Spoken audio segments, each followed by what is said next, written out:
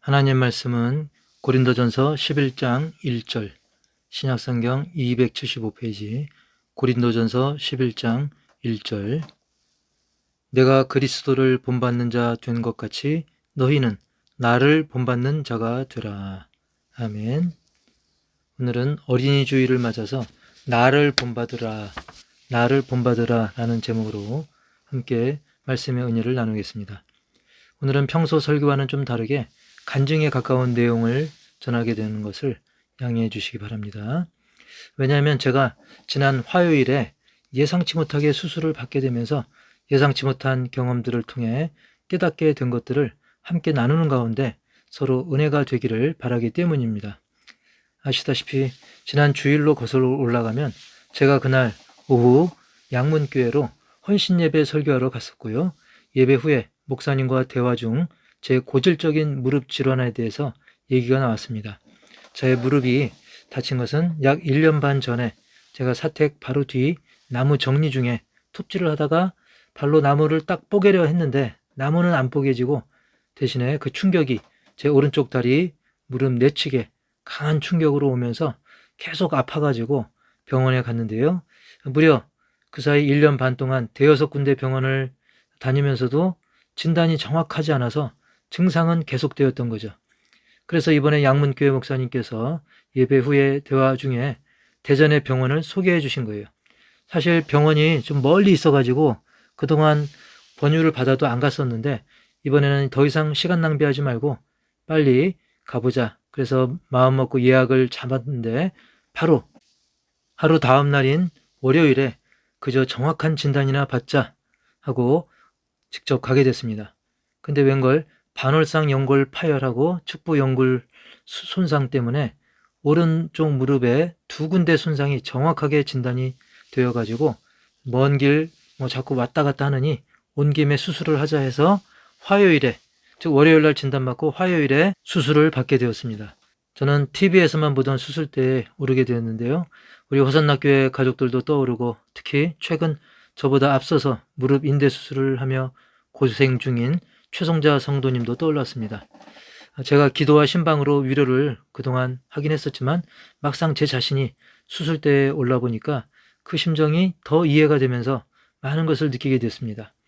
그러면서 예수님도 떠올랐는데 예수님은 그야말로 아무 죄도 없이 우리의 모든 죄를 지시고 게다가 마취도 없이 십자가 고통을 당하셨는데 하는 그런 묵상도 하게 됐습니다.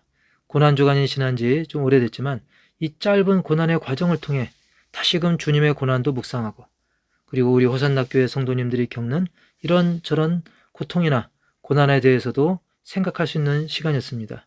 눈이 아프신 분, 손가락 다치신 분, 또 치아가 어려움을 당하고 있고 또 심적으로 또 연로함으로 많은 어려움 당하는 분들을 제가 생각하게 되었습니다. 저는 수술대에서 이제 옆으로 돌아 누운 채 척추의 하반신 마취 주사 바늘을 따끔하게 그것이 들어오는 것을 느낀 것까지 기억하는데 거기서 필름이 끊겨버립니다. 수면 내시경을 하는 것처럼 잠이 확 들어버렸죠. 근데 눈을 뜨고 정신을 차려보니까 어느새 제가 수술실이 아닌 병실 침대에 누워있는 거예요. 이것저것 약들을 주렁주렁 매단 채 누워서 잠을 깨게 됐습니다.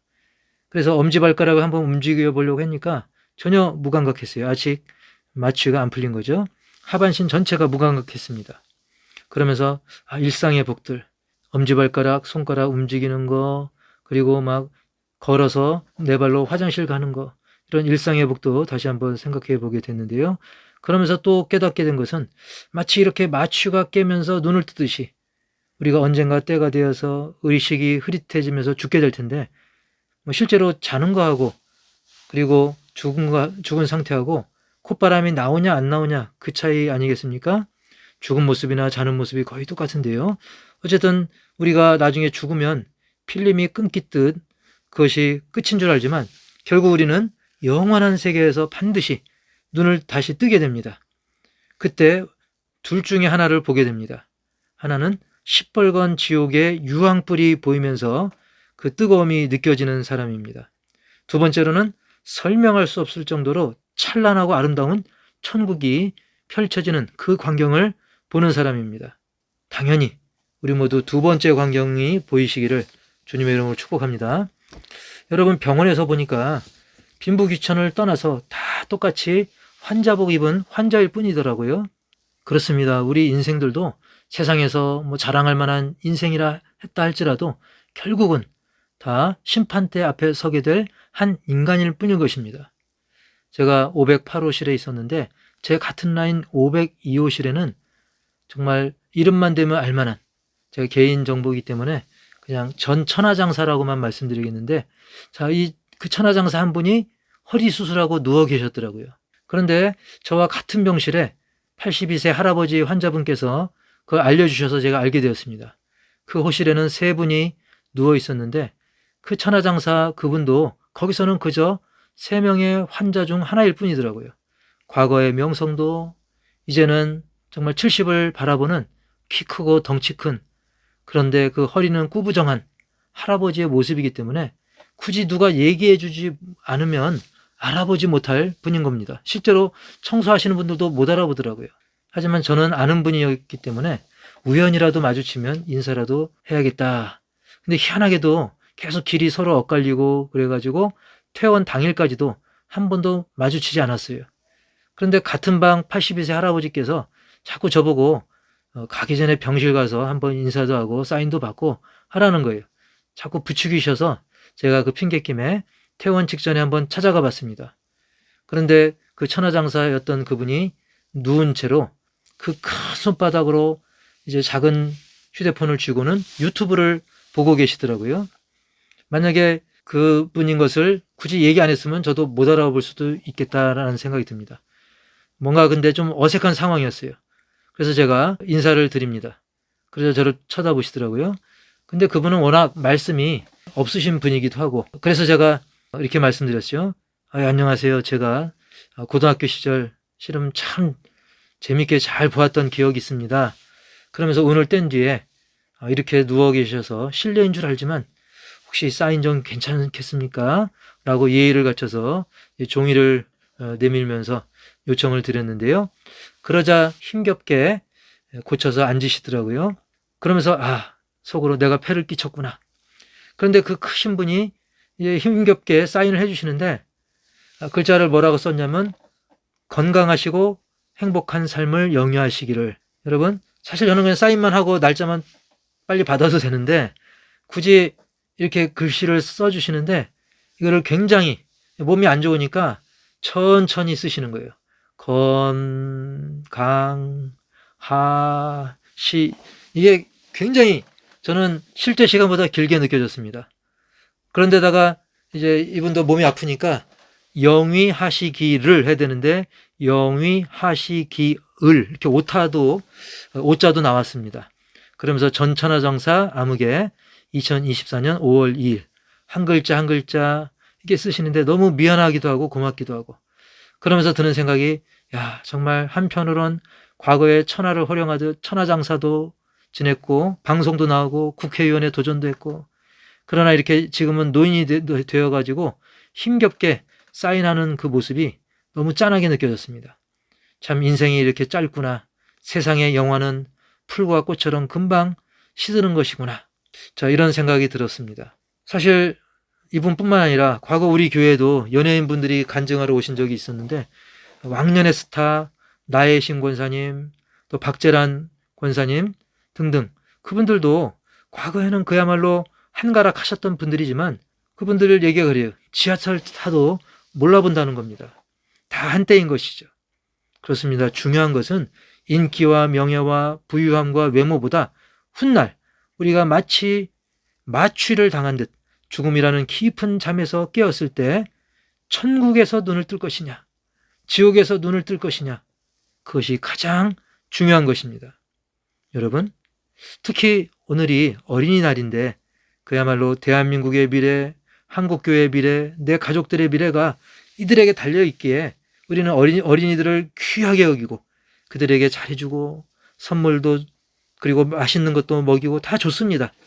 저는 박수를 치며 환영합니다. 그런데 정말 이들에게 귀하고 빼먹지 말아야 될 최고의 것이 있습니다. 그것은 바로 영생이 있음을 알게 해야 되고 예수님이 구세주이심을 알게 해야 되고 정말 복되고 가치 있고 참 행복한 삶이 무엇인지를 알려주는 일이 더 우선순위라는 사실입니다. 요한복음 6장 40절에서 내 아버지의 뜻은 아들을 보고 믿는 자마다 영생을 얻는 이것이니 마지막 날에 내가 이를 다시 살리리라 하시니라. 아멘. 하나님의 뜻을 알려줘야 돼요. 예수님 보고 믿는 자는 영생을 받는다. 마지막 날에 영원한 삶을 누리게 된다. 이것을 알려줘야 되죠. 값비싼 선물, 두둑한 용돈, 맛있는 요리 다 금방 지나가고 말 것입니다. 그런 것을 선물하지 말라는 게 아니라 최고 중요한 것을 놓치지 말라는 것입니다. 우리는 그들에게 영생의 소망, 참된 믿음의 길을 알려줘야 되는 것이죠. 그런데 그러기 위해서 중요한 것은 그것을 알려주는 내가 그 어린이들에게 신뢰를 주지 못한다고 한다면 그 아이들이 그것을 따르기가 참 어려울 수 있다는 사실입니다. 예를 들면 내가 평소에 남의 것 잘 훔쳐먹으면서 그 아이들에게 얘들아 남의 것 손대지 말고 성실하게 살아야 된다? 이러면 그 아이들이 참 우습게 생각하겠죠. 그리고 얘야 예수님 믿으면 이 힘든 세상에서도 천국의 기쁨이 넘친다? 이렇게 하면서 내가 맨날 울상만 짓고 있다면 그 말이 잘 통하지 않을 것입니다.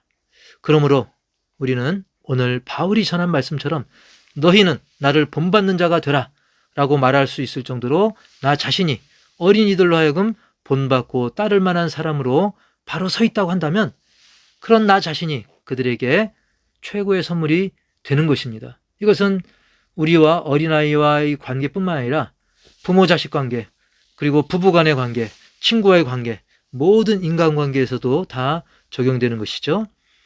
근데 사실 이 말을 하기가 상당히 부담스러울 수도 있습니다. 내가 아이들 보고 얘야 나를 본받아라 말하기 참 부끄러울 수도 있고 민망할 수도 있겠죠. 전라도 말로 참 거시기 할 수도 있겠습니다. 더구나 내가 내 입으로 나를 본받는 자가 되라 이렇게 말한다는 게 참 바울이야 그렇게 할 수 있겠지만 나는 참 바울과는 거리가 먼 사람인데 이런 생각이 들지 않겠습니까? 근데 여기서 우리는 주의 깊게 살필 부분이 있습니다. 사실 본받아야 될 그 바울은 어떤 바울이었습니까? 그도 알고 보면 과거에는 예수님 믿는 사람 괴롭히던 교만하고 잘난 척하던 그런 죄인 중에 괴수와도 같던 그런 사람이었습니다. 본받기는커녕 피해야 될 사람이었던 거죠. 오죽하면 죄인 중에 괴수라고 표현하지 않습니까? 그러나 그랬던 바울도 예수님 만나면서 완전히 바뀌었습니다.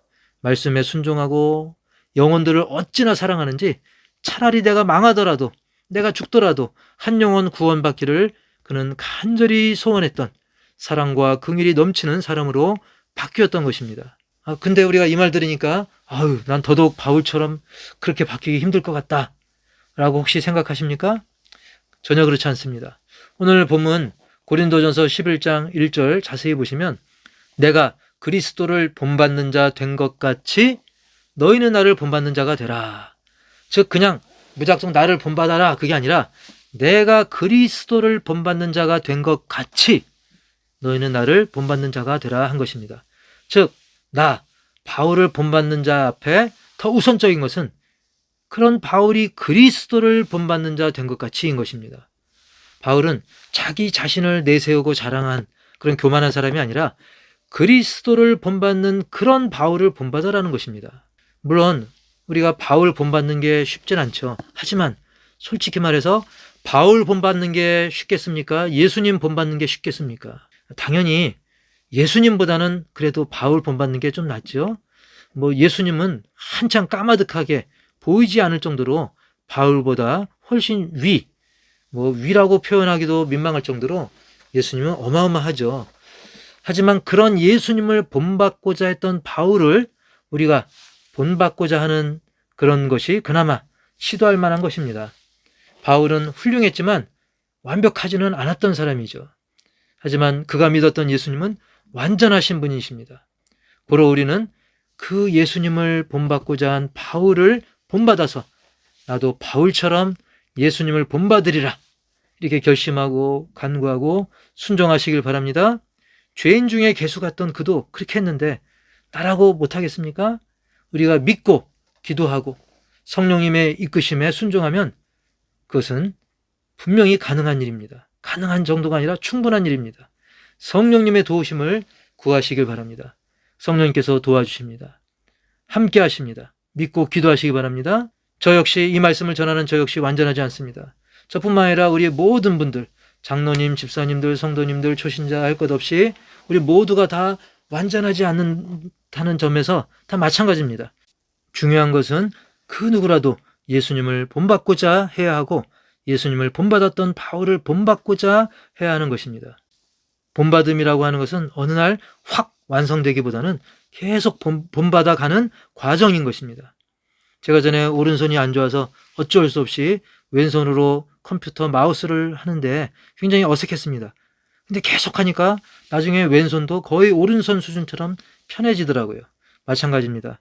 우리가 당장 예수님을 본받고 바울을 본받고 그리고 목사님들이나 장로님들 우리 성도님들 간에도 서로 완벽하지 않더라도 좋은 점, 본받을 점을 내가 실천하는 것이 비록 어렵다 할지라도 계속 해나갈 때 그게 점점 습관이 되고 성령의 도우심으로 날개를 달 수가 있다는 사실입니다. 그런 삶을 계속 살아가시면서 우리 다음 세대들에게, 어린 세대들에게 나는 부족하지만 그래도 나의 좋은 점을 본받아라. 한두 가지라도 나에게 본받을 점, 그 점을 본받아라. 예수님을 본받고자 하는 그런 나를 본받아라.